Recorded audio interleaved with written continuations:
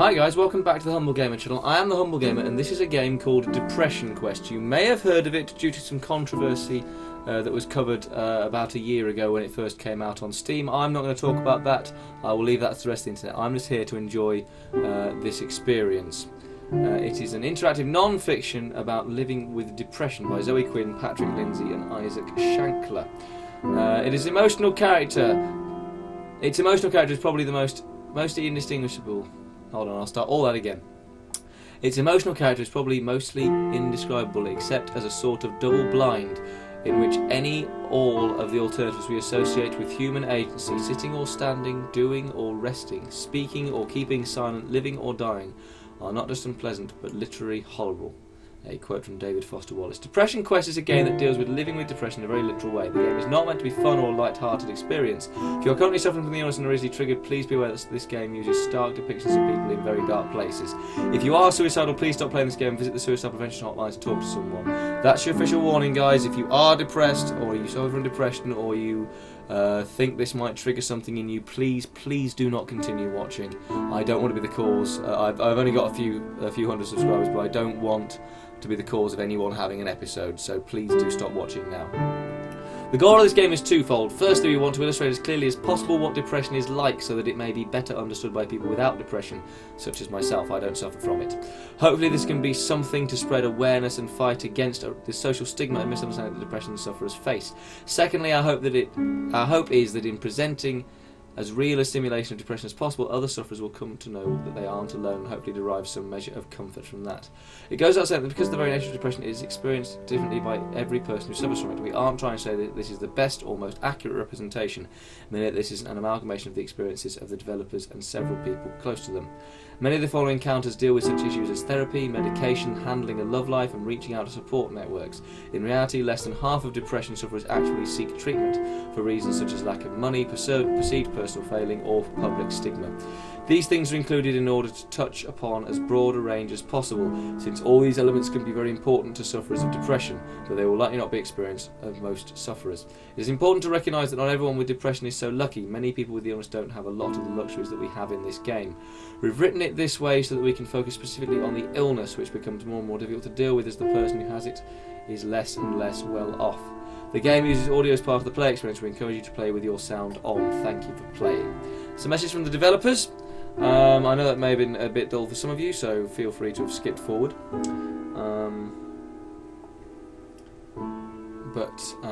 Let's have a quick look at the controls. Scroll page. Oh, it's a mouse. It's a keyboard plus game. I'm not gonna. I'll just go with. Yeah, that's fine. Return. Okay, so resume game and begin. It's early on a Monday morning. You are mid-20s human being. You have a significant other named Alex, who you are rather fond of, that you've been seeing exclusively for the past few months. The rest of your social circle consists of a variety of friends and acquaintances, some of whom you met at your day job, which is a little boring but pays the rent. You'd like to be doing more with your life, as would your parents, but you're still in the process of figuring out what that means and how to go about it. You're also dealing with the motivation issues that sometimes makes dealing with these things difficult. You feel like this is probably your fault, and on bad days can feel inwardly angry and down on yourself for being lazy, but you're not quite sure how you can break out of it, or how other people deal with these feelings and seem so very functional. You spend a lot of nights fixating on thinking about this, but never seem to do anything about it other than lose sleep. This is a text adventure, guys, so it's not going to be a great gameplay video in that sort of sense. So. It is an unseasonably warm Wednesday morning. You've spent the past several hours at work. The past week or so you've found your job motivation flagging more so than usual. I love the sound. You've been in a fog practically all day today, simply going through the motions without realising, even when you've been doing half the time. And yet time seemed to be moving at half speed. You're so checked out that when your boss approaches you to tell you that it's dead and you can go home early, it barely registers. As you walk home, the streets hiss from the recent rainfall. You know that your significant other will be in classes until late, another couple of hours at least. You'll briefly consider using the serendipitous solitude to catch up on that project that you've been working on. haphazardly for the past few months. As soon as you think about the work that awaits you at home, you can feel the panic creeping into the back of your brain unbidden. Or you can think about how incredibly far behind you are, and the amount of work seems nothing less than insurmountable. By the time you arrive home and change out of your uncomfortable work clothes, the stress is weighing down on you like a heavy, wet wool blanket. Your computer seems to be staring you down from your desk. You can sit down and work, but the mere thought of trying to work sends your stress levels flying. More than anything, you feel suddenly and absolutely exhausted and feel a strong desire to simply hide in bed. Do you? I can't order some food, grab a drink and hunker down for a night of work. We can't do that because that's... I'm presuming that is what the depression is doing, just we can't physically do that. Reluctantly sit down and listen, try to make yourself do something, turn on the TV telling yourself you just need a quick half hour to unwind from work, or crawl into bed. You're so stressed and overwhelmed you couldn't possibly accomplish anything anyways. So we are currently depressed, interaction is exhausting, we're not currently seeking a therapist, and you're not currently taking medication for depression. What would I do? That's difficult because I've never been properly depressed in this sort of sense. I'm going to go for... I would turn on the TV and tell myself I need a quick half hour to unwind. Just half hour of TV, you tell yourself, absolutely grasping for the remote. You don't so much sit down on the couch as sink into it. You turn the TV and start going through your usual channel routine. After a few cycles of this, you realise that you're not doing much rather than thumb calisthenics and apparently killing time. You check the clock and see that 20 minutes have already passed since you sat down. As your self-imposed time limit creeps ever nearer, you become more and more anxious. You stand up and walk to the fridge, telling yourself, I'll just make a quick sandwich and get to work after that. Can't be productive on an empty stomach, right? As you eat, you start pacing around your apartment, heading past your bedroom in the process. You stop in the doorway as if physically unable to cross the threshold. Familiar waves of exhaustion start racking you, and you feel simultaneously tired and panicked. You close the door and head back to the couch. It's still early yet, you tell yourself. As long as I get to work in an hour, I'll have plenty of time to be productive. As you flip channels and let the CSI and Jeopardy reruns wash over you, you sink deeper into the couch, feeling at once encroached upon and shielded by being quite literally swallowed up by it. As the second hour draws nearer, sure enough you find yourself getting anxious and jittery. You repeat the fridge-pace couch process a couple more times before you look at the clock and realise that several hours have passed and, not surprisingly, you've managed to get no work done. Not in a depressive way, but I've actually done that a number of times. It's a very bad thing for me to do because I've got crappy motivation sometimes. You crawl into bed, acutely aware of the fact that you have work in the morning and that any opportunity you had to catch up on your own creative endeavours today was squandered. You're feeling so disgusted with yourself that when Alex calls to talk to you on her way home from class, you simply say you had a really rough day at work and you're trying to get rest before your shift tomorrow. She says she understands and wishes you a good night, that you can't help but she sounds slightly disappointed. Ironically, the stress of potentially upsetting your partner compounds the stress of not having gotten anything done this evening and the stress of having to go into work tomorrow. The buzzing of anxiety in your brains melts together with your body's utter physical exhaustion and you sink into a hypnagogic,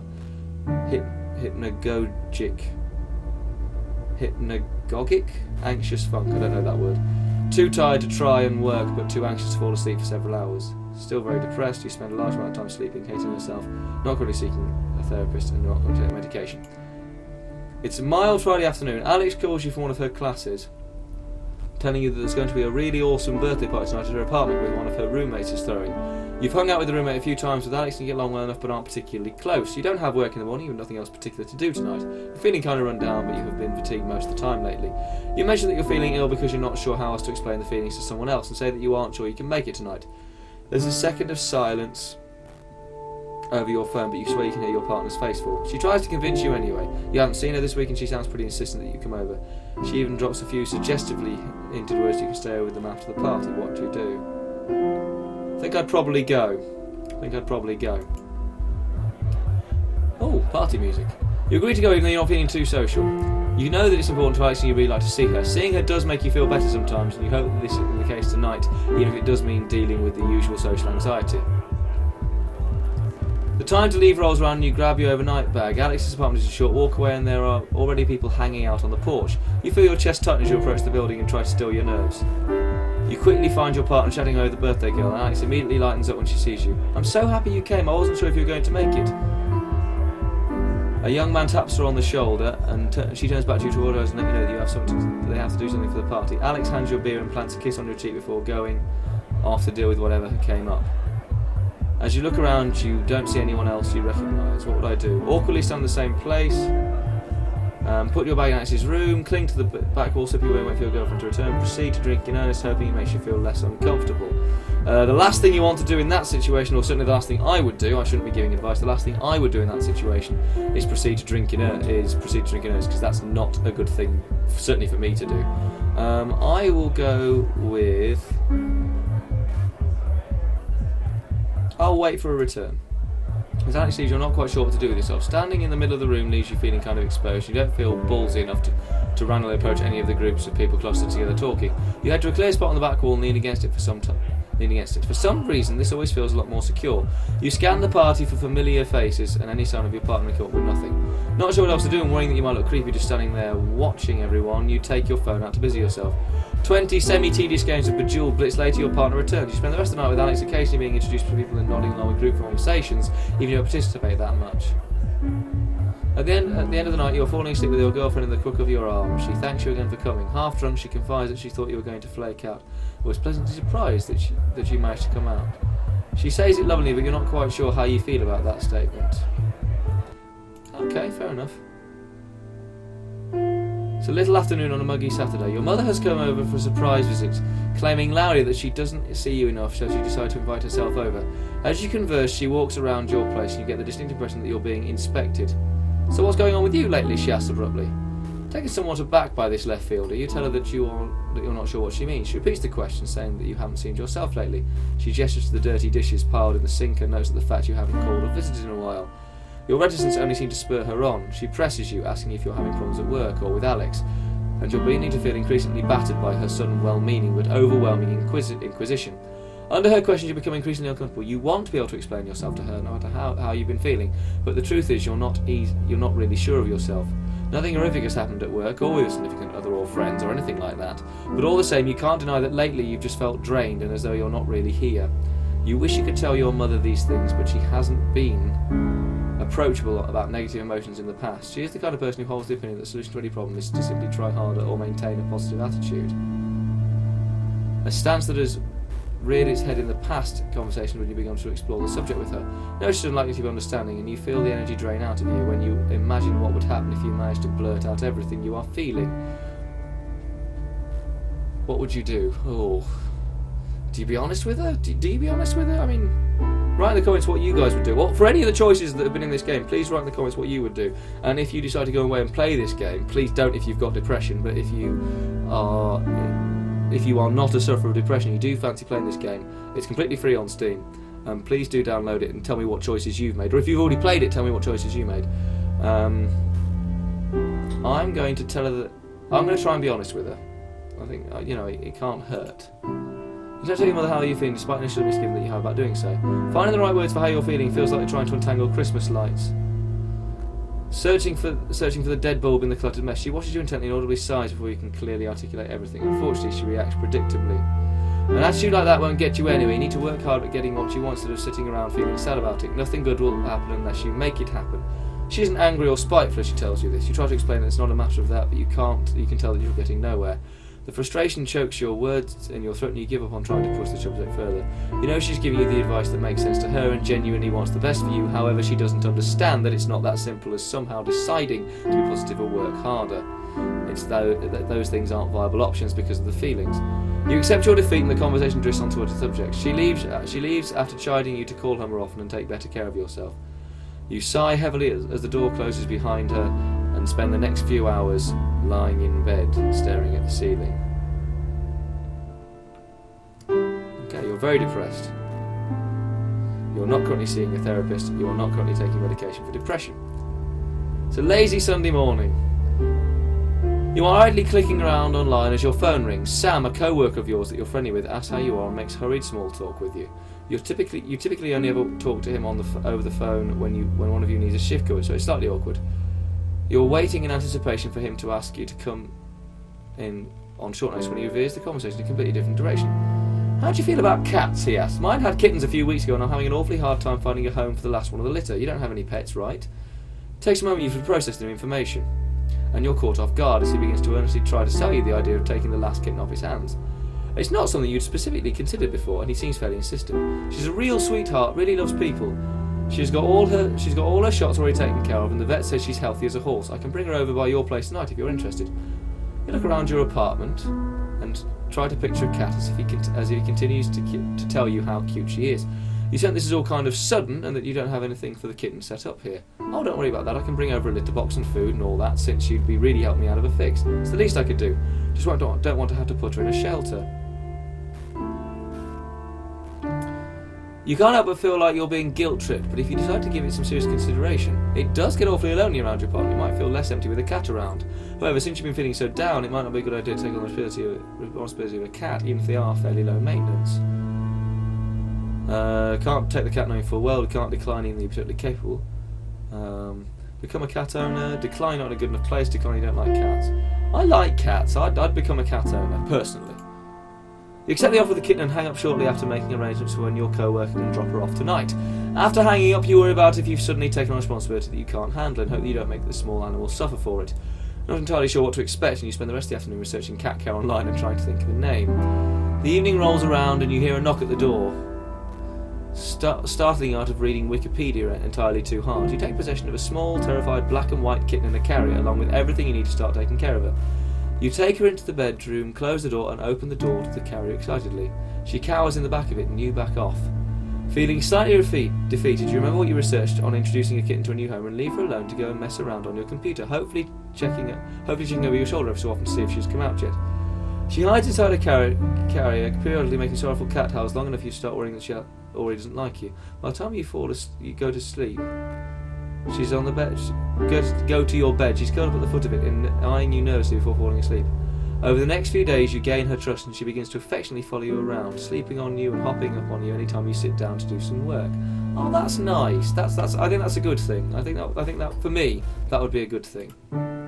It's Friday afternoon and quitting time is just around the corner. A bright, clear day is giving way to a still, temperate evening. You can hear your co-workers all around you anxiously making plans for their evenings and weekends, but you're really looking forward to just going home and resting after what's turned out to be a very long and taxing week. Just before the end of your shift, you get a call from Alex. It seems a group of your mutual friends are heading out to a nearby pub for dinner and drinks to celebrate the end of the week, and they want to know if you'd like to come along. You tentatively tell her that you're emotionally exhausted from the work week, and a social outing like that would just take too much out of you today. You encourage her to go and have a good time, since you know it's been a while since she's gone out with friends, but the effort feels futile since you know she isn't going to go without you. A couple of hours later, the two of you find yourselves in a familiar position on the couch watching comedy shows on Netflix, a box of paper open on the coffee table. As you look around the couch though, you start to feel anxious. You feel bad about effectively forcing the two of you to stay in tonight. Again. While you're always appreciative of your partner's efforts to take your feelings into account and help make sure you're socially comfortable, you sincerely worry that you're holding back from enjoying a more fulfilling relationship. While she does seem to enjoy spending time with you, as the two of you sit in comfortable, almost contented silence watching old shows you've seen 2 or 3 times before, your ever-increasing fear that your relationship is becoming one-sided weighs more and more heavily on you. You feel more than ever like a burden or a reward to her, and it's virtually impossible for you to see what value you could possibly offer to her in return. Worst of all this nagging fear has made you more self-conscious than ever, withdrawing ever inwards, and you start to pull away even from Alex herself.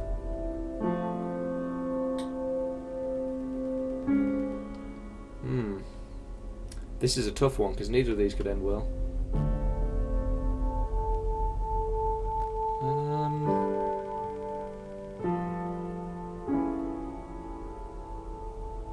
I think honesty is best. I'm going to ask Alex if she's happy.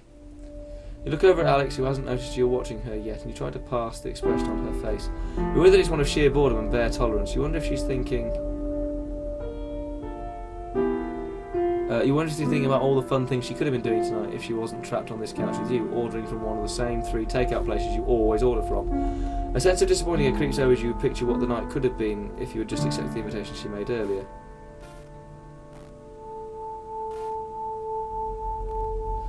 I know it's a pretty boring Friday night for you. Are you really happy being with me, being like this? She turns to look at you, forehead wrinkled. Why do you ask me that so often? You feel her body stiffen and pull away from yours just a little. Well, I mean, you start, but you're unable to think of how to answer.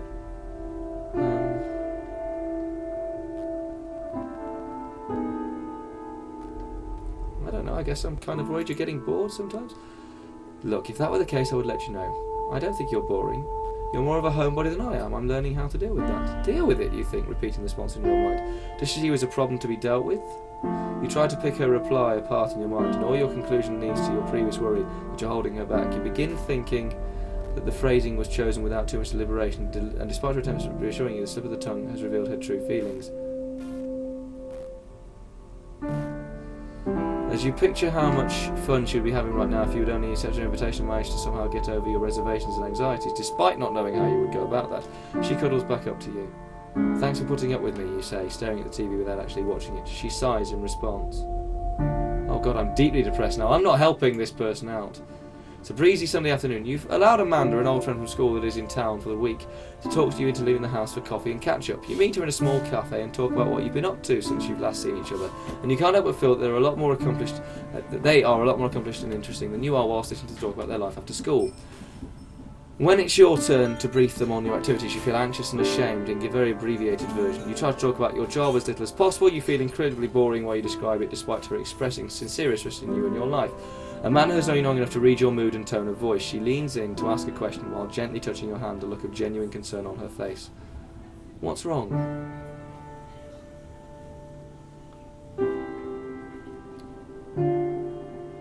"Oh, well, she's a good friend." Would my hands be shaking? Mine probably. I don't know. I'll go with that one.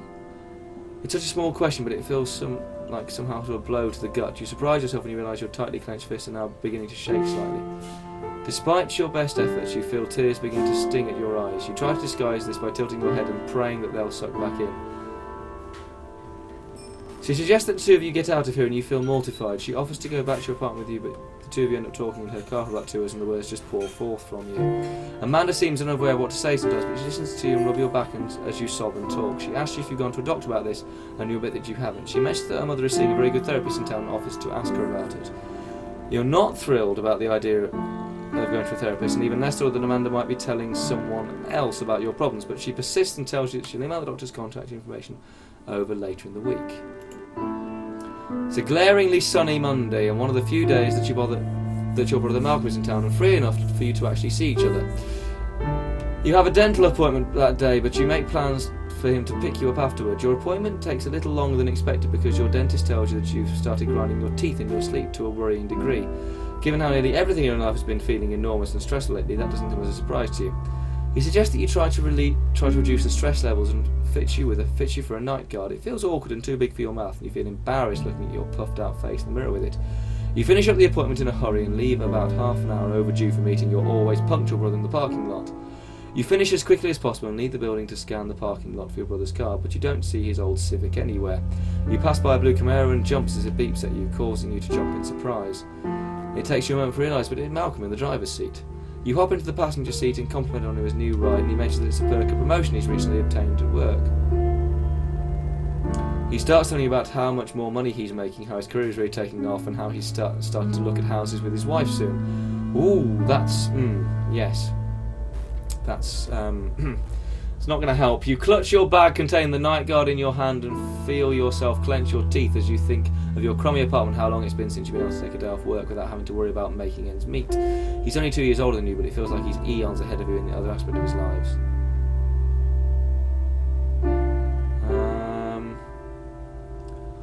A sense of shame creeps over you. So, he asks, how did your appointment go? Did you get Did you get drilled full of holes or what? Tell me about the tooth grinding problem. The dentist said I'm apparently grinding my teeth too much for my sleep. Oh, Malcolm replies, been stressed out lately, kiddo. Deciding that you don't really want to get into it, you tell him that you don't think that's the case, it's probably just a random thing. He doesn't pry far, instead begins reminiscing with you about the time you chipped a baby tooth because he accidentally knocked you over once. You go out for dinner and catch up on things, but you feel somewhat distracted by gnawing anxiety at the back of your mind. Though you enjoy your brother's company, you still feel like you want nothing more than to go home and hide from the world tonight. It becomes hard for you to try and stuff all of your horrible feelings down and go emotionless when someone... Sorry, completely ruining the tone of the game.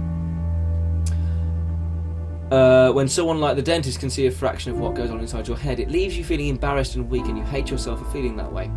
You wonder if you're really fooling anyone into thinking you're a normal person, and then you wonder if your brother knows and is hanging out with you out of pity tonight. After he drops you back at your apartment, you throw the night guard out. You can't even stand to look at the thing. Right, I'm deeply depressed, not currently seeking a therapist, and not currently taking medication. It's a dry Sunday morning. You grab your coffee and scoop your rapidly growing kitten off your office chair despite her process and sit down at your desk to check your email. A new message pops up on your inbox almost as soon as you do. It's from Amanda. You remember meeting her in the cafe and awkwardly bringing up your feelings to her. Hey, sorry it's been a few weeks. I meant to get this to you sooner, but it took a while for me to get hold of my folks back home. Dad told me to say hi, by the way. Anyway, I remember that we talked about the last time I saw you, and I hope you aren't insulted, but I asked my mum for the number of the therapist. Don't worry, I didn't tell her who it was for. I think she was worried about me now, though. Anyway, the number is that. It's a really good office. You should look into it. Talking to someone never hurts. If you're worried about money, don't be. They're one of the few that has a really good sliding scale fee system and won't charge you what you can't afford. Still only enough that you could call and make an appointment today.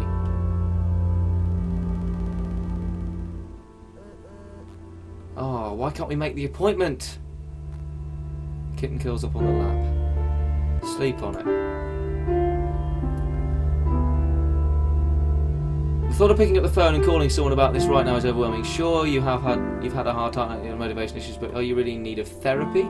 Shouldn't you be able to just get over it yourself? What if they put you on medication that makes you feel like a zombie? Where do you go when the therapist looks down on you? What will Alex think about this? Trying to think about all these things at once makes you feel like a very big deal, and you decide to take your time to think on it. The rest of the day passes quickly, and that night you're having a hard time trying to sleep because your brain is so busy thinking about all these things and imagining all the ways it could go horribly wrong. The next morning you check your email again, and with blurry eyes and a mewing kitten. Call. Gotta call. Well, obviously I'm not suffering, but I would call. You read through a man's email 2 or 3 times and sit and stare at your computer for a while. While the memory of that uncomfortable conversation makes you feel newly embarrassed and self-conscious, part of you is also encouraged by the fact that she cared enough to get back to you at all. Sitting in front of your computer, you start to question things like whether or not Amanda sent this to you out of pity or perhaps some sense of obligation after having listened to you. You question her motives and the validity of her concern, and whether or not you think you're seeing a therapist would even be helpful. Yet almost unconsciously you reach for your phone, and before you realise what's happening, you're listening to the therapist's line ring. Before you can bring yourself to hang up, you're listening to the slightly clinical but not unpleasant voice of the receptionist ask how she can help you. I'd like to make an appointment with the doctor. You manage to stand around. The conversation is quick and not nearly as unpleasant as you were fearing, and quicker than you can say Freudian slip. You scheduled an appointment. Quicker than you realise. Appointment day rolls around. What do? Head to the therapist's office. You have your first session with the only therapist, Dr. Susan Melville, a tall woman in her mid-40s, with a disarming demeanour and patient eyes with the start of a slightest smile lines. She makes you feel comfortable fairly easily, which is a pleasant surprise after all your anxiety over the appointment. As you leave, you make a second appointment. You're still sceptical about all of this, but you figure you might as well see where this goes. The hardest part, it seems, was taking the first step. You're still not sure if and how you're going to tell your family or your partner, but you figure you'll deal with that when the time comes. Either way, you're relieved that you've managed to see this through instead of being paralysed with worry over it. Even if nothing comes of it, you do something you said you would instead of flaking out or running away. You're emotionally exhausted when you get home and collapse into bed. You sleep better that night than you have in a week, and you're not sure if this is because you're so tired or because of the therapist.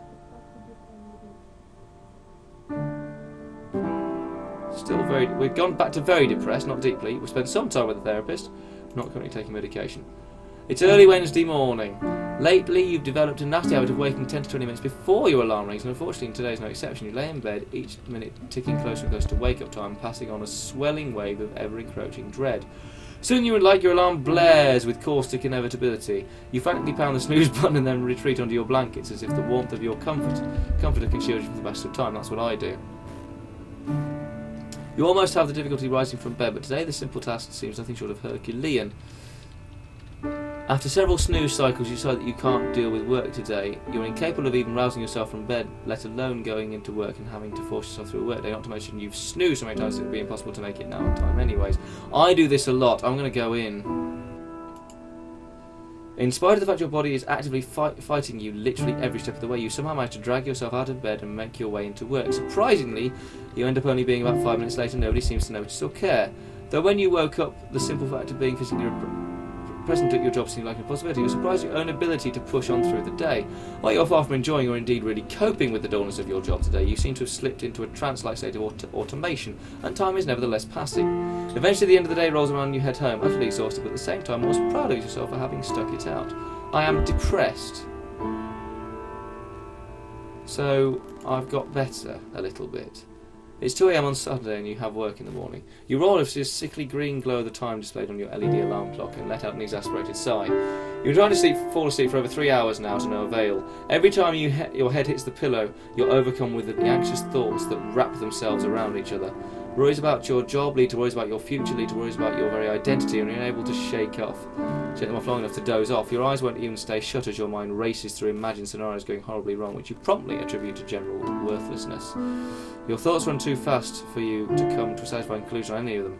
Your room is completely silent, but the silence has given way to a loud static noise rattling around inside your head. Your heart beats loudly and you're worried it's beating a little too fast. You're worried that if you focus too strongly on racing heart, you'll freak yourself out hard enough that you have a heart attack. You have to be awake for work in a mere 8 hours, and you know that your work is much worse on only a few hours sleep. What do? Oh, I can only go to the computer.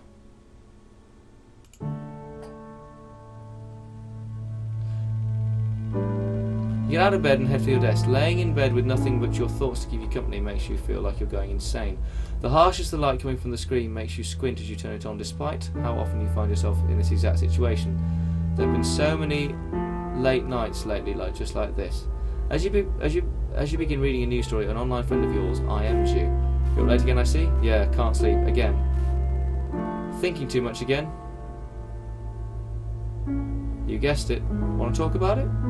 You've been talking with Attic for quite some time about how you've been feeling. He's always been easy to talk to about personal matters, and the added security for talking online helps. Being able to rethink what you say as you type it out and check it before you send it helps you gather your thoughts. You find it less intimidating in a way to type it all into a prompt than say it out loud. I don't want to be that guy who thinks they can diagnose something because I read a Wikipedia article, but it kind of sounds like you might have depression. You should talk to someone about that, like a doctor. You pause. Are you really that transparent? Or is it that you've gotten used to talking about your feelings at this point? Your insomnia makes you a little paranoid, but you shake it off. You can do some research and see if there's a good doctor near you. It's not like you're going back to sleep anytime soon anyway. Might as well do something while you're awake. I actually have talked to someone about it. Oh, okay, I'm glad you're taking that step. I heard it's not an easy one. I know people kind of suck at understanding this sort of stuff sometimes. But there's nothing wrong with having depression. You shouldn't be ashamed to have you wouldn't be ashamed to have bronchitis or something. So there's no reason to be ashamed if it's your brain that's sick instead.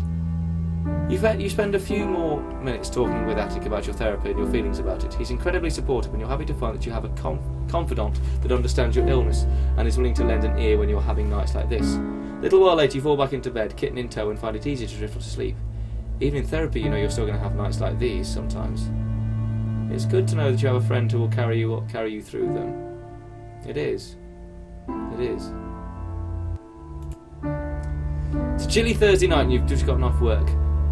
This has felt like one of the longest days you've faced in recent memory. Even though nothing exceptional has happened, a ton of minor things get going wrong, and co-workers had tried your patience throughout the day. Holla! You considered leaving work early, but the last thing you wanted to do was deal with your insufferable boss on top of everything else. You're lost in thought on the commute home, and your feelings of frustration both with your life and your world around you build as you run into minor annoyances like someone bumping into you really hard as they walk by. By the time you're home, you're exhausted, and remember that these feelings were ones you identified as a negative feedback loop with your therapist. These pent-up feelings aren't dying down and are eating at you. You open the front door and stare at your apartment. An overwhelming feeling of exhaustion overcomes you, and you feel like the energy levels are low enough that you're likely to settle into a single activity tonight. I would reach out, I think. Reach out.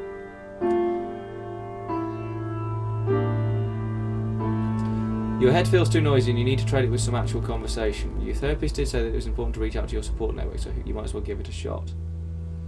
I think it's time she found out. You dial Alex, who picks you up on 2 rings. You ask if she has time to talk. She tells you she's just hanging around in her PJs and is actually somewhat bored for once due to being caught up on her coursework. You try to figure out where to start with how you're feeling and overcome with missing her face. You ask if she feels like grabbing some dinner and you notice her barely contains surprise and delight at the other end of the line. You meet about half an hour later in an inexpensive diner not far from your apartment. While the food is not great, you're surprised by how much your mood seems to have elevated just being in her company. While at first you were extremely hesitant to talk about your job situation for fear of being burdensome or something like a whiner, you see her listening intently to what even to you seems to be genuine concern. After winding down with the beer, you cautiously open up a little bit more about your feelings surrounding your job and how it it leaves you feeling, and how you feel like you're simply existing, selling days of your life for no real purpose. You surprise even yourself when you start talking about how frustrated and stymied you feel by your job, about how you used to feel passionately about things, but feel like all your energy and capacity for creativity is getting leached out of you every work day. You can't remember how long it's been since you've externalised this much raw emotion. The two of you spend several hours in that diner booth, long after your half-eaten food was cleared and the waitress stopped refilling your coffee cups. As you get up and leave, a sudden wave of self-conscious wash over you, you suddenly feel incredibly awkward. Then Alex stands up and grabs you tightly around your waist. You realise that short of boring her with your seeming endless rants, she's simply happy to have gotten a chance to spend time, real time with you. It's been, by all accounts, incredibly too long since you've allowed yourself to open up to them like this, and there's almost an impalpable feeling of closeness you allow yourself to hold on to as you go to bed that night. Always trust in people you love, people that really love you, be it partners or anything else, friends, parents. Even if they don't, like it said about the mum, which was a choice I didn't take, they will always understand you. Even if they don't understand you, they will always be there for you. Always. Always. If they really love you, they will always be there. It's not the nondescript Wednesday afternoon, the type of afternoon that would completely fade from memory unless one made an active effort to preserve it. As has become fairly routine on Wednesdays, you're sitting on the couch in Dr. Melville's office. To your mild surprise, she begins the session by breaking her characteristic therapist's silence and begins speaking up right away. I want to start by saying I think it's great you decided to come see me. It's an incredibly important first step, she begins. I want you to take some time today to talk about the possibility of supplementing or substituting your treatment with medication. The mention of medication makes your ears perk up and you feel your heart rate increasing. Many people find adding a pharmacological element to their treatment to be very helpful, and some even prefer to take drugs, completely eliminating their need to visit a therapist at all, providing you rely on your support network and are still reaching out to people. I would prefer it if we kept talking, should you choose to start medication, so that I can monitor your progress and adjust as needed, but the choice is ultimately yours. I just want to run the option by you to gauge what thoughts on the matter might be.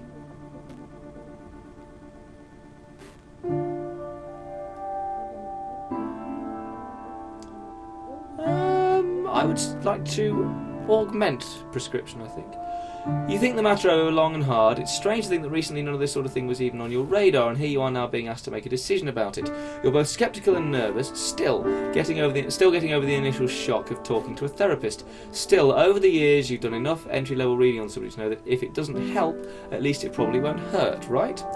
After an intense and protracted period of internal vacillation, you decide to bite the bullet and go for it. You tell Dr. Melville that you'd like to try medication in addition to your therapy. You spend about half an hour going over what you'll be taking and what you should expect from it. Thinking back on the decision later, you're pretty sure that you had your fist tightly clenched the whole way through. Worried about the side effects of medication. So Wednesday evening, you're visiting at your parents' house for a holiday. It's one of the handful of times during the year you drive out to visit your old hometown, and you've seen random people you had to go to school with around town. No bumping into the usual short versions of what you've done since graduation you exchanged. You've gone through a few of these today, and have been very aware of how much you feel you haven't accomplished. When you were in high school, you had much larger plans, and you feel like you failed to manifest most of them. Even if you had managed to, you've largely lost interest in what you thought you wanted to be growing up. Wanted to do what growing up. Now you're not really sure what you want to do, and you felt like you're lacking the ambition to drive to figure it out. Everyone you've caught up with seems so much happier than you, like they've got their lives all figured out, and you've kind of been feeling like a failure by comparison. Your brother Malcolm arrives with his wife in tow shortly before you all sit down to dinner. He's been travelling for his job lately, and you haven't seen him since the day he picked you up from the dentist. Your parents haven't seen him since before then. During dinner they all catch him when Malcolm talks about the amazing things he's done on the road. Your mother turns to you and asks what you've been up to since you've seen them last. Oh, same old, you say. Nothing really new going on. Your mother makes a face. Oh, nothing new. How long have you been planning on staying at the job of yours? What do you say? Admit that you don't know what you want to do. I think admitting is probably a good time. Actually, you start sheepishly, I'm not sure what I want to do right now. Your mum puts down the fork. So you're planning on living the way you do for the rest of your life. How would you afford a house on that paycheck? What about kids? Your father interrupts, lightly placing his hand over your mother's. It's okay, Linda. Let the kids be what they are. There's nothing wrong with not knowing what you want to do in your 20s. I didn't get into construction until I was nearly 40. Your mother looks across the table at you, unsatisfied with her husband's reasoning. I don't think it's normal for someone that age not to have a path. You need to think hard about it. You'll never make anything of yourself. Mom, come on, Malcolm interjects. This emotionally exhausts you. You want to tell her that you are thinking hard and that not knowing what you're doing with yourself bothers you more than it could ever bother her. That sometimes it feels like you're lost in the woods and that if you were to drop dead in your apartment, then the world wouldn't notice. You want to make her understand that more often than not you feel like an alien, that like there isn't anywhere in this world that feels like a place where you belong, and you have no idea how to fix it or what to do. You wish you could find the words so she would understand that being looked down on for this kills you and drives home the feeling of being a total outsider. Instead, you get very quiet for the rest of the meal while your mind goes numb. Everything inside you feels exhausted. Still depressed, still not sure about the therapist, and still not sure about the medication. It's a rainy night. You are hurrying through the rain to Alex's apartment at her behest. Though your pace is quick, the rain is steadily soaking up your pant legs as you traverse the town. It's darkening your already poor mood. The call came while you were at home after a day dealing with abnormally frustrating people. You'd spent the afternoon trying to unwind and get some work on your project, and Alex called and interrupted one of your try to make progress, get frustrated at not making progress, have a harder time making progress due to frustration, repeat loops, and you haven't fully shaken off the feelings of being annoyed with yourself from it yet. You knock on the door, and at the third knock, hear her voice calling from further in the apartment to come in. As you cross the threshold, dripping rainwater all the way, you notice that the lights are turned very low in the apartment. You squint to navigate as you clutch onto your damp umbrella, but end up hitting your chin on the side table, mumbling a profanity under your breath. You barely make out Alex emerging from the hallway, clad in what looks to be a robe with bare skin of her legs peering out underneath. "Why don't you come in and warm up?" she asks in her designated, slightly cheesy, sexy voice. After a beat of silence, she states more naturally, "My roommates are out of town this weekend, so I thought it might be nice to have a little fun while they're away." You appreciate the reflection, but you're too wrapped in your own negative feedback looks to be in the mood right now. What do you do? Try to unwind. You look at her standing, barely lit, and notice there are a few candles scattered around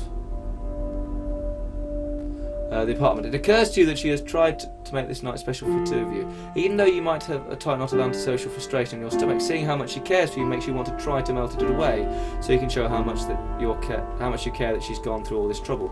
However, you desperately need to shift gears first before that's even possible. You look amazing. Let's have a drink together. You suggest, hoping this would give you the push you need to get into the mood.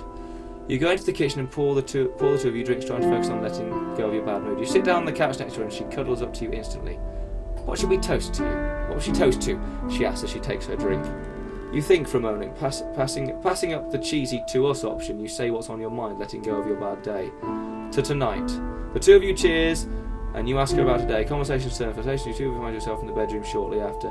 You find that having trouble getting into things physically with her, and remember that diminished arousal was a possible side effect of your medication. You'd hope that part of the population wouldn't be affected by it, but it seems as though this was not the case. However, you're still able to enjoy the closeness and fall asleep together happily. Well, that ended up better than it could have been. It's an early winter evening, and even though it's not particularly late, the time of year has slent the sky and almost prematurely darkened cast. Day after day, just like today, you trudge home from a job you've been increasingly coming to hate. On this day, your job misery seems to have reached critical mass, and not even shedding your rain-laden and uncomfortable work clothes helps you unwind from the workday. You collapse into your couch, blank and numb. While your job always seemed to just be an unpleasant reality of existence, it was a position you sort of fell into unexpectedly, never intending to work there long term, and it's getting harder and harder to keep it up. While it's certainly not your dream job, you've always just sort of stuck it out of necessity before. But it's becoming increasingly difficult to do that. Though you could even begin to imagine what else you could do, you find yourself face to face with the question you just can't ignore. Is your complacency worth the price of this level of misery? What do you do? Focus. Oh no, let's have a look for another job. You boot up your computer and navigate the local Craigslist. You sift through a myriad of legitimate postings, clear pyramid scams, and the occasional miscategorised random personal ad. You look at the section that is in line with your current job and start feeling a bit of despair. What would things really be any different if you were simply doing the same thing somewhere else? You email your resume to a few of the postings after coming up with a cover letter that you could use for a variety of things. After you've exhausted the postings of the last few days, you head back to the main page. There's a section that's more in line with the project that you've been doing. There's a highly competitive creative field that you don't feel remotely qualified for. Despite that, you click on the section. Scrolling through the postings, you daydream about actually holding a position where you could get to do something more meaningful. Despite feeling completely intimidated by the requirements, you find a listing you actually want to apply for. You spend an hour crafting a really personal cover cover letter and really giving your all to the task, and as you send off the email, you're rather convinced you'll never hear back from any of these places, but the act of trying to change your situation instead of stewing on it actually feels quite freeing. You find yourself trying to stifle the hope that you end up getting the creative job, but it still manages to bubble away anyway. Well, that's probably a good thing. That's probably a good thing. We're taking a little bit of control. It's a little past 8 PM on a Tuesday night. You're at your computer, frustration levels peaked, rubbing your eyes and sighing heavily. You're working on a project from your job that has you stretched to wit's end, trying to meet a looming deadline. As it lurches closer and closer, you are seriously doubting your ability to get it done. You're dragging your feet a little at work due to your complete lack of energy lately, in spite of wanting to do a good job. You find yourself unable to push past it, and you feel horribly useless for it. You slide your hands off your face, look at your screen as it beeps at you. Hey there, I need to talk to you about something. You feel like you're getting nowhere with your current task and probably use a break. However, you know that you have a history of getting distracted and then losing motivation to pick something up back again afterwards. I'm going to answer Attic. He was there for me before. You're feeling like you've hit a brick wall with your task, so why not take a break and help out a friend? Hey, what's up? Oh, good, you're there. I just found out I got cheated on. I don't know what to do. Oh no, that's horrible. The two of you talk for a long time and you lend a shoulder to your friend. You give him space to rant, to cry, and most importantly to be able to voice his inner turmoil. You give him your full attention and talk to him through what his options are for what he does next. You keep him from doing something rash, and the two of you decide it's best for him to sleep on it before doing anything. Exhausted, he departs to bed and thanks you for being there to talk to him. As you close the iron window, you feel horribly sorry for your friend, but happy that you were able to help. It serves as a tangible reminder that you're capable of being useful to someone instead of solely being a mess that needs everyone else's help.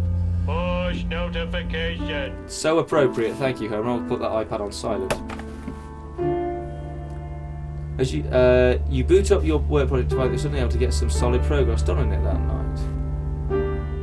Oh, well, the medication's helping now to keep the edge off in the darker mood.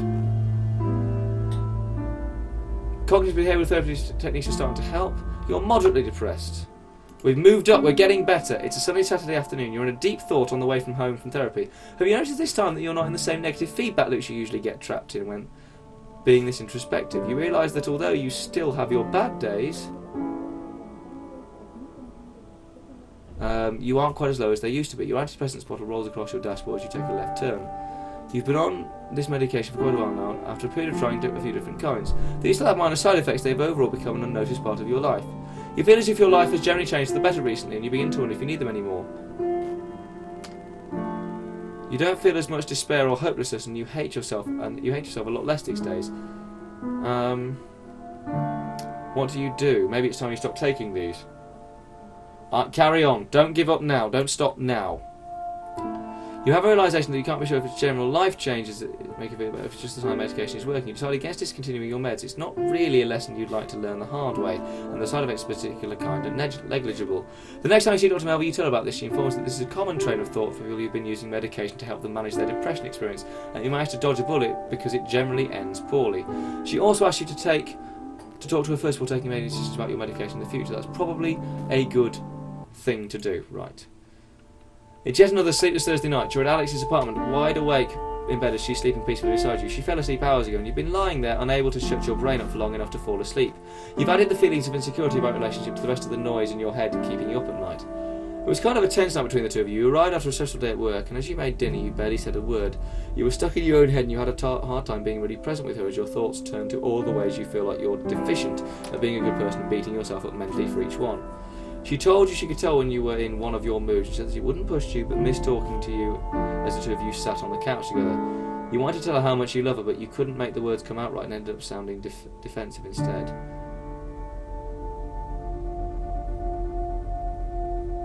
As you lay there next to her now, you trace your fingers across her arm just lightly enough not to wake her. You still haven't explained your depression to her, or how you started seeing a therapist, or that you've been taking medication. It's starting to feel more and more like a secret you're keeping instead of something she doesn't know about yet. It's becoming more apparent this is impacting your relationship with her, and you feel guilty about this. However, you're also terrified that if she knew exactly how fucked up you are, she would leave you. You're already worried that she's only with you because she doesn't realise how terrible a person you are yet, and you're afraid that this would be the final thing to expose you. She stirs in her sleep and squints as she opens her eyes. With the confusion that comes with waking up, she asks if you're awake, and then if everything's okay. Tell her.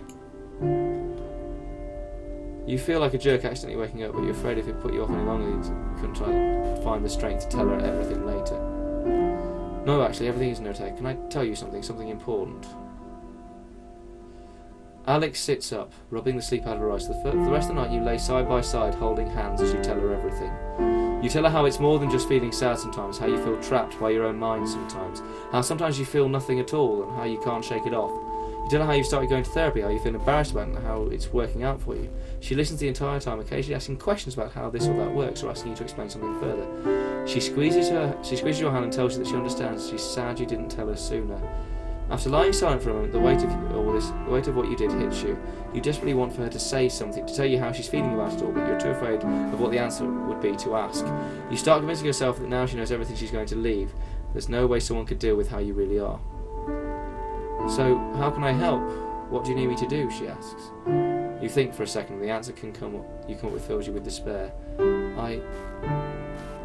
I honestly don't know. I wish I knew how to fix this, but I don't know that you can do anything. I think it's just something I have to live with. She looks at you with sad eyes before kissing on the forehead. Then I'll live with it with you. I don't know how you could possibly love me. She rolls over and wraps her arms around your neck, settling her head on top of yours. You don't need to know. Just know that I do. This is starting to touch me a little bit, this. So Friday night, you're laying across your bed feeling pathetic. As you were leaving for work tonight, a group of co-workers asked if you wanted to join them for drinks. Feeling antisocial and put on the spot, you declined. You have a habit of doing this. You're so often convinced that you are weird and terrible that any invitation to hang out with will end up in disappointment for those inviting you. You never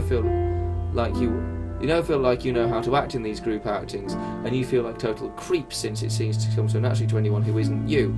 You find yourself petrified of breaking some unknown social rule that you don't often go out. Now, however, you find yourself alone at home. Your brain has begun telling you how pathetic and sad you are for being unable to just be a normal person and go out with nice people. You can't figure out why you can't just go out and meet people and enjoy yourself. At the same time, you're also feeling like no one would possibly want to hang out if they really knew you, besides, because you're dull and weird anyway. You try a typical strategy and boot up Netflix to distract yourself from these feelings, but frustration with yourself builds and you realise you have to do something else with your night. Anything else to take your mind off how awful and lonely you feel right now.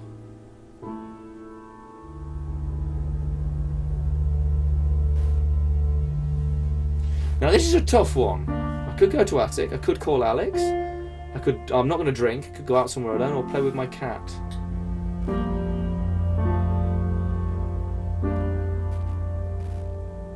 She said I'll live with it with you. I think Alex.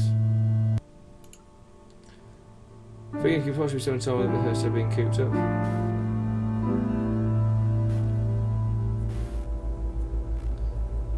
Her phone rings a handful of times before going to voicemail. You know it's not uncommon for her to be out with her friends at this hour. You leave a voicemail but end up calling back 15 minutes later, still not response. You imagine Alex out with her friends, much like you would be tonight if you weren't so horrible at socialising.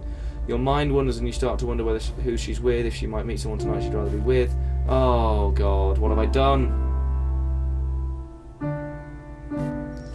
You imagine Alex out with your mind wanders and start to wonder who she's with. Someone who is able to go to parties like this instead of sitting at home feeling sorry for themselves. Why didn't she invite you? Have you just said no to one too many times? How many other Fridays have you unknowingly missed? Begin to think maybe it would be better if she met someone tonight. She's a wonderful woman and you feel like a constant joy kill on nights like this. Why can't you just be normal? The next morning, Alex calls you back. She tells you she's left her phone in class and spent a boring night at her apartment. You feel horrible about how emotional you've gotten over a mistaken assumptions the night before. How often does that happen? I've had those feelings. It's a cold Saturday afternoon. You've just arrived at Alex's apartment. You're happy to finally see her after a week of absence due to your schedules not lining up due to work and school. You hug her in the doorway, but she breaks away sooner than normal and sits down on the couch as you take off your sneakers and lay them in the usual place right next to hers.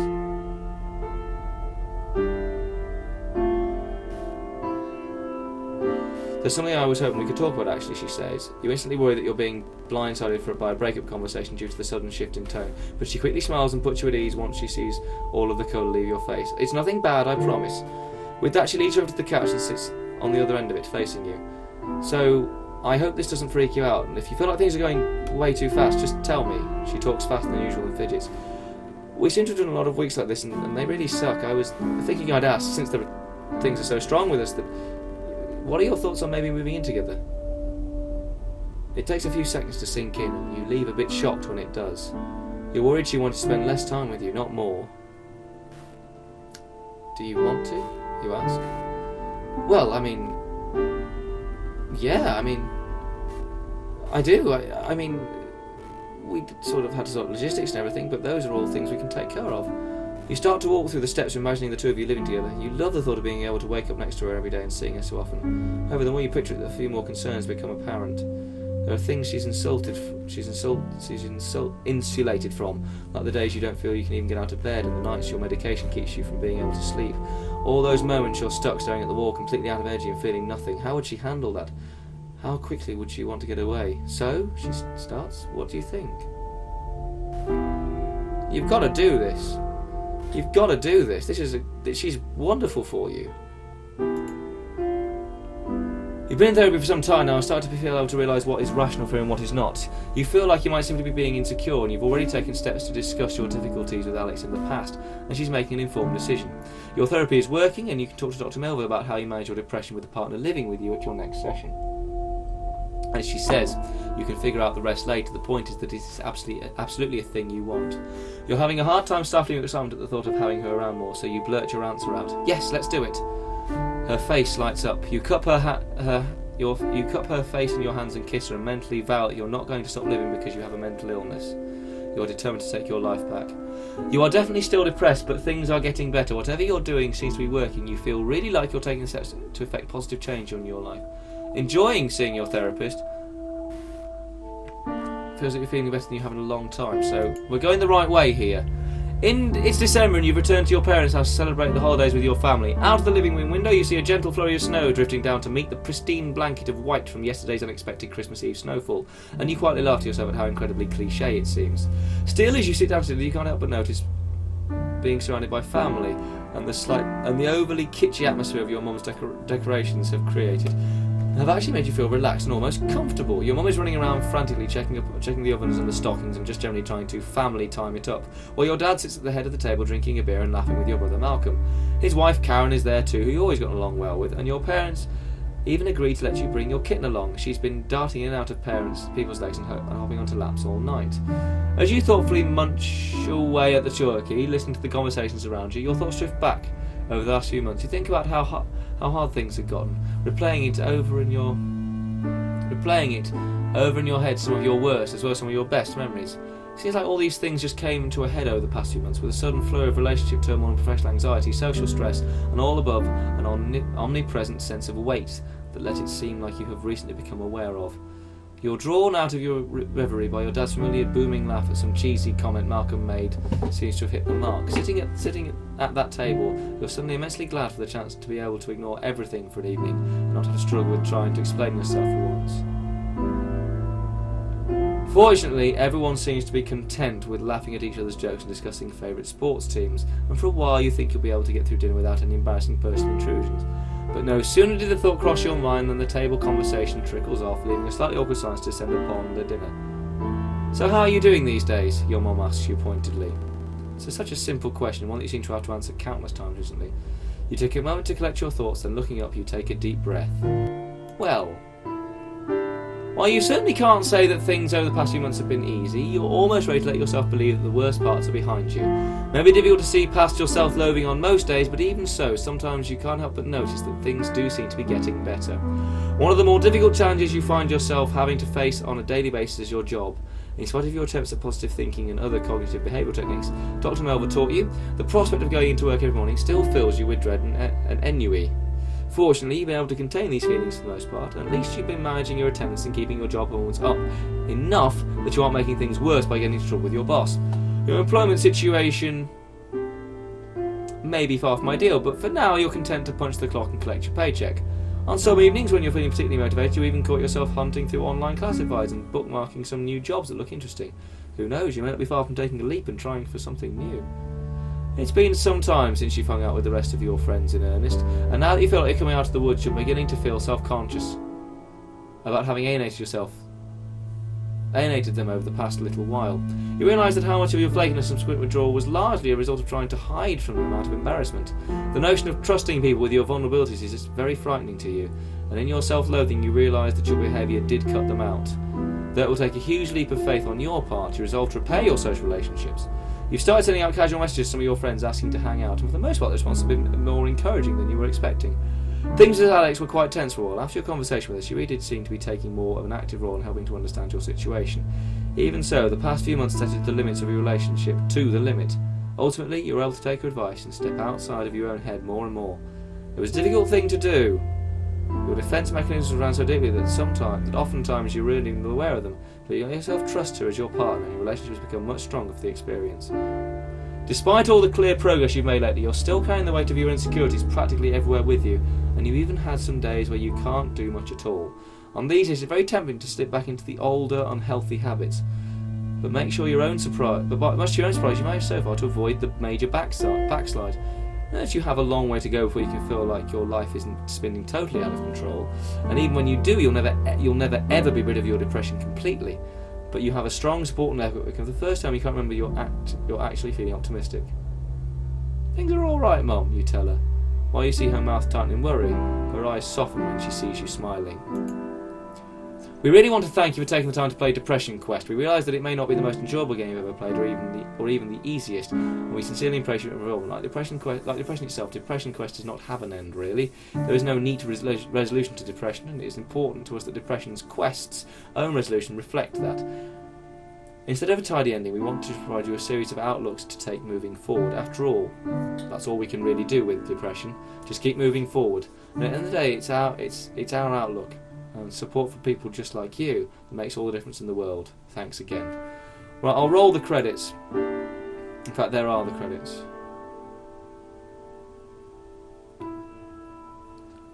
Those are the guys. So, yeah.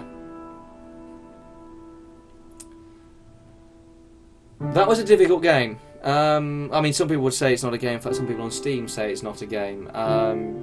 It's not a game in that sort of sense. For me, it's an experience. It's an art. It's one of those old. Remember Goosebumps? Pick your own adventure, read your own adventure. I got one of the better endings. I suspect that's probably because I personally don't deal with depression, and I'm very lucky in that respect. There are moments where some of the things in there I do relate to. The feeling of occasional inadequacy, the feeling of during the times when I know I should be putting either YouTube videos up or writing a book or writing other things that I'm doing, so many other projects that I'm doing. The Bastard Defence, that's fallen by the wayside after one episode. There are times when that gets on top of me and I think, I'm really not doing as much as I can. I'm 26 in March of this year. This video may not be out by the time I'm turned 26, so... But, I'm... someone actually asked me this question at work today, is this where you see yourself? How does it feel being 26? And it's odd. I'm not where I thought I was going to be in many ways. I went through not depression, but I went through a very rough time in my life about 4 years ago now, 4 or 5 years ago. I won't go into it because, like I said, it wasn't proper depression. I just had a few issues that I had to sort out. And I had a very bad year in terms of my life, which has on the whole been very, very relaxed and calm and nothing to write home about. A very nice life, in fact. And reading that, even though it's not the perfect account of depression, even though it's just one set of accounts, makes me realise that however bad I felt at the time, some people have it a lot worse. I have felt things similar along the same lines, but nowhere near as drastic as the things in there. I think we all do at some point, particularly in the creative world. Obviously, I'm an actor, comedian, YouTuber, musician, performer, writer, and I'm yet to meet a more collectively dysfunctional group of people.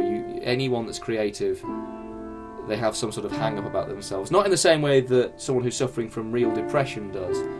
But, we all have our hang-ups, we all have our confidence issues, and I'm very glad that I've had friends in my life that, and of course, you know, I've had friends in my life that do support me for the most part.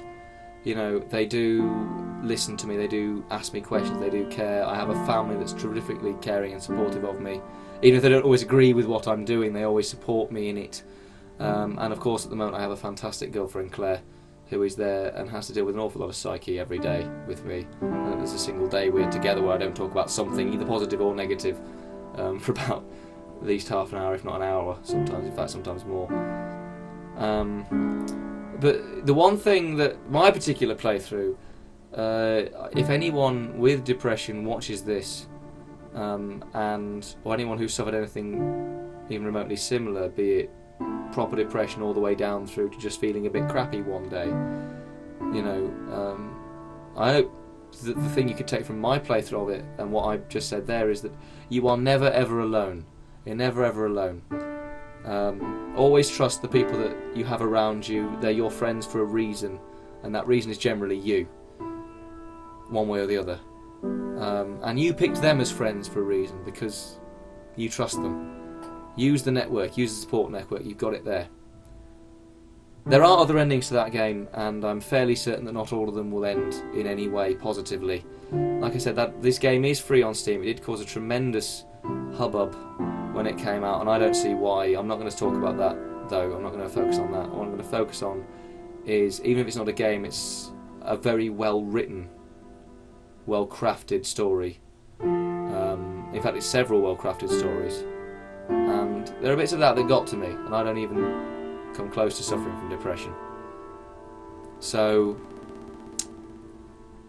yeah. This is normally where I'd promote myself, but it just doesn't feel right at the end of this episode, so thank you very much for watching. I shall leave a link in the description below to some depression-linked websites, forums, things like that. Because I think this is a real problem. It is a real problem for people who genuinely suffer it, and I think it needs to be out there. That's one of the reasons I did this video. I'm a small channel. This video will probably get somewhere between 5 and 20 views, I would imagine. I don't think you'll get many. But if one of those 5 or 20 views finds something in this that can help them, then great. It will be unedited. You'll have seen the full. I've been recording now for over an hour and 5 minutes. You'll see the whole thing. I'm not going to cut anything out. But at this point, I'm not going to do any promotional things. So, thank you very much for watching. I am the Humble Gamer. Goodbye.